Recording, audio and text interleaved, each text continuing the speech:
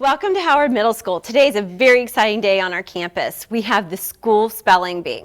So, how's it lead up to a school spelling bee? It all begins with a classroom spelling bee. Teachers provide students with study lists, and then they hold a spelling bee in their classrooms. From that spelling bee, two spellers are sent to represent their class at the school-wide spelling bee. In the next couple hours, we're going to determine those two representatives that will represent Howard Middle School at the district competition. They will be given an additional study list to prepare for that competition, and then we'll see who makes it to the state champion spelling bee. Your word is beatboxing. B-E-A-T-B-O-X-I-N-G, beatboxing. For those of you who have not attended a school spelling bee, they're quite exciting.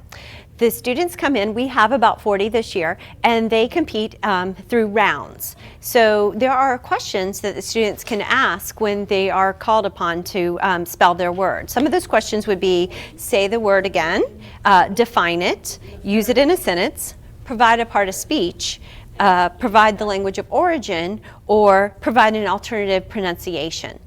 Once the student has said the word, spelled the word, and repeated the word, they will be told whether the word was spelled correctly or not. The student proceeds to the next round if they spelled the word correctly. Merrimack, M-E-R-R-I-M-A-C-K?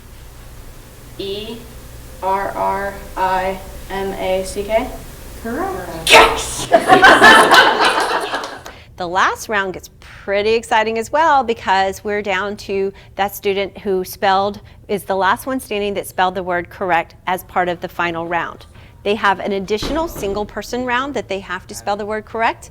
If they don't get it right, it reopens the last round and they have to recompete. So, can you spell champion? Because we'll have one here today. Can you spell that for me? It was kind of like they do now, except for we had no idea they were doing it because nobody said, you just turned in your Teacher of the Year like they had done for years, and then all these people showed up in my classroom. They did bring a golden apple, and they told us we had a couple days and we were going to have a wine and cheese reception at the Appleton. And you could take one person because it was in that little auditorium there. And I mean, we had to get our speech together like wham bam and get something to wear and all. But I mean, it was nice, but that was the beginning. From that simple beginning sprouted the Golden Apple Teacher Recognition Program we know today. I remember meeting the first time, the first five of us deciding what is our goal, what is our mission, and even at the beginning we decided once you're in the academy, you're there not to represent yourself, but to represent all the good teaching that goes on around us and uplift teachers and to try to do things that helps them and helps the students in the classrooms. I've always said the honor is being selected by the peers at your school.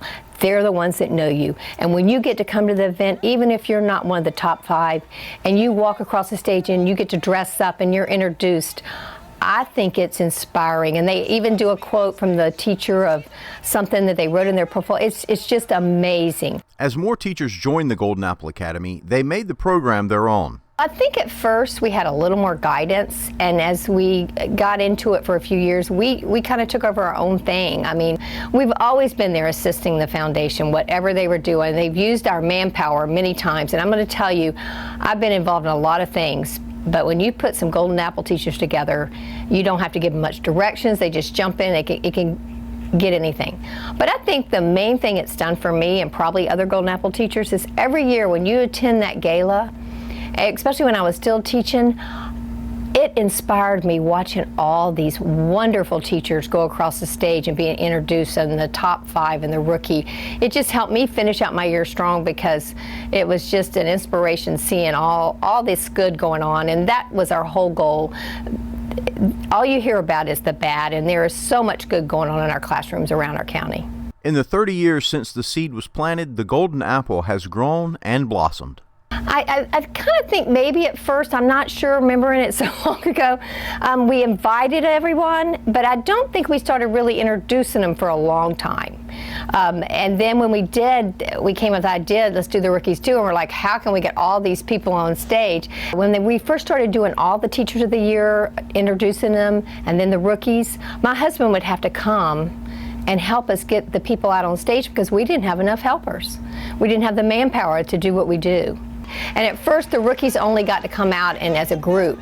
And then we said we need to include them too. And so then they started, you know, it's evolved and it's gotten better. And I'm going to tell you, my first year, they did bring a golden apple to my classroom.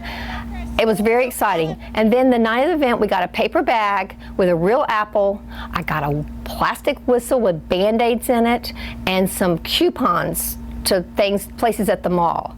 And now the Teacher of the Year gets a car. Every teacher that's recognized from any school gets a check.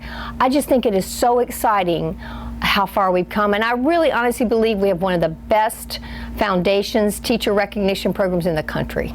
You can watch the 30th Annual Golden Apple Gala live Friday night beginning at 7 on the Marion Education Channel and streaming on our YouTube channel. This last week, the Marion Technical College unveiled their highly anticipated CDL Driving Pad.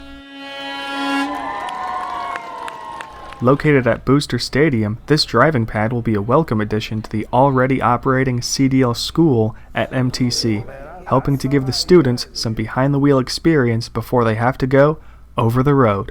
We've been running the program for about 1.5 years now, and we have been leasing some concrete from CF that we've been doing the backing practice on. So now that we have our own, we'll be able to do it all in-house. The economy right now for the trucking industry is booming.